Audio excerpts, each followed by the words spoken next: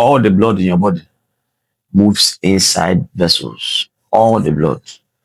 There's no blood hanging like this inside your stomach somewhere. There's no such thing. Or under your skin, blood is like this.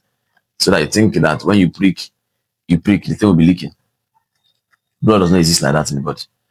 What we have is blood inside vessels. So if this is your body, there are vessels all around the walls, inside, everywhere. Pipes like this. Some of them you can see them on my you can see them. Some of them on my skin. But some others are inside, they're deeper inside. Let me be sure my mic is on. Okay. So they are deeper inside. And the ones that are deeper inside are the arteries. They carry blood out of the heart. These ones that you're seeing here carry blood back to the heart. So you just think of a tank with a pipe that goes out and the one that comes in a closed system. That's how the circulatory system is. Let me drink this. So if anything interferes with the flow in that system and you're unlucky, it is the flow towards the brain that was interfered because the pipes are actually going somewhere. Some go to the vagina, some go to the heart. The heart itself sends out pipes that come back to him and supply him blood. The heart itself, which is the central tank, sends pipes out that go to the lungs, send pipes out that go to the stomach, that go to the brain, that go everywhere. So if unluckily for you, because that's what we call a cerebrovascular accident, which means it's an accident. Sometimes you didn't deserve to have that happen to you, but it just happened. If unluckily for you, one of the pipes get blocked, the ones that are going to the brain, you immediately not be able to lift your hand again. So I told somebody, I say, give me your hand. She did like this. I said, give me your right hand. She did like this. She can't lift the hand. I said, lift up your hand. I want you to shake my hand. You see? So the will to do it is there, but the electrical connection between the brain, where the will is supplied from, and the actual action is disconnected because blood supply to the brain was compromised by either a blockage in the piping system or a breakage in the piping system. That's what you call a stroke. So if you have somebody around you that's had this problem, or if you have this problem, if it happens to you, this information you're watching now is useless to you.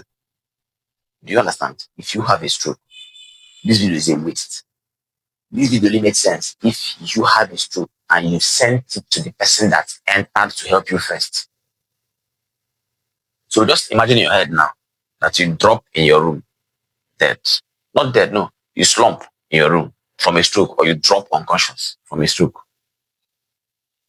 And maybe you dropped with a great thud and somebody heard it. Who do you think that person will be?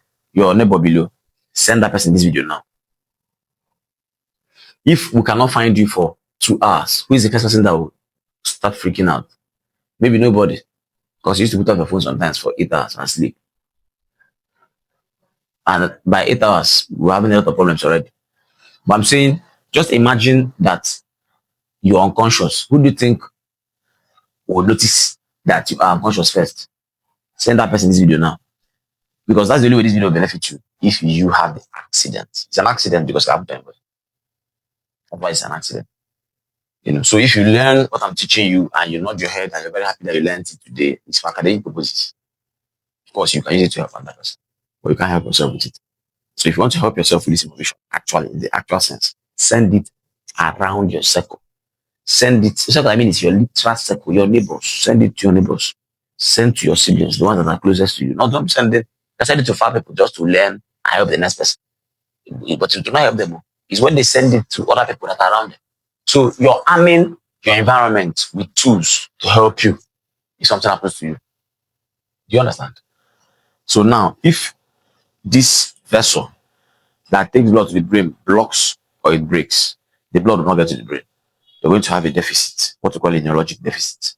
You'll be able to move a part of your body. You may even completely be unconscious, depending on the extent of the size of the blood vessel that was the place the blood vessel is, but it is a blood vessel going to the brain, a pipe going to the brain that was blocked or that broke.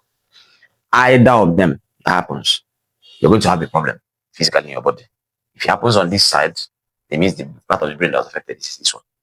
If your thing shows up here, this is part that was affected.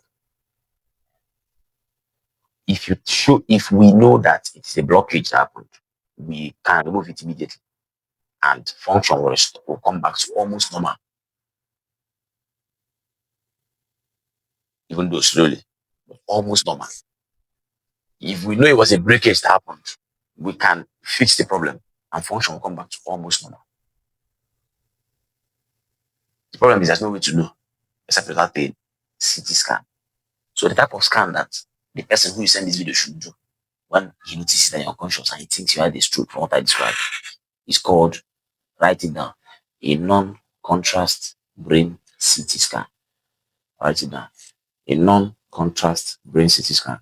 It should be done before 3 hours from when the problem occurred, so that that brain stands a chance to go back to what it used to be. There are people who suffer those type of neurologic problems. The amount, everything goes, and they come back because to go without a scan, whatever happened temporarily and stopped and went away.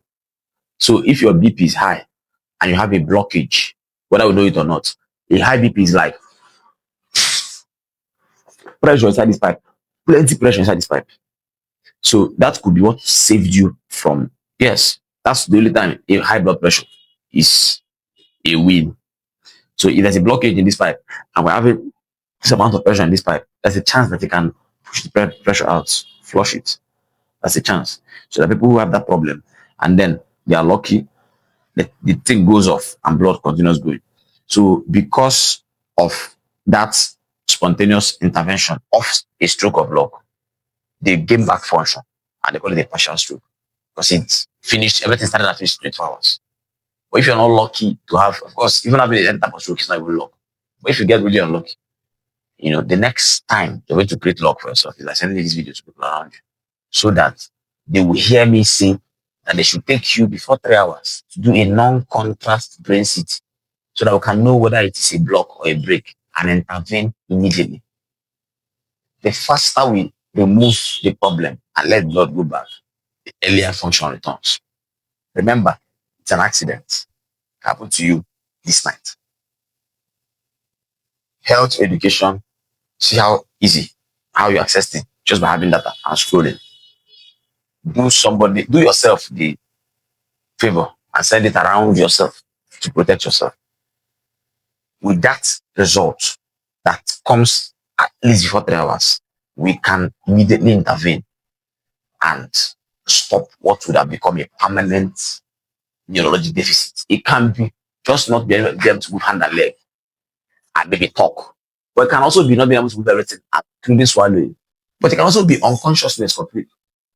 So when you stay for that long, call it a vegetative state, you're there, you're breathing, but you're not alive. You're not conscious. And the person keeps sleeping like that. And when you're like that, because you can't complain about ill health, we have to keep in the hospital and your people will keep spending money. Are you seeing? So it becomes really expensive when you don't do a simple thing like share a video that will save your own life.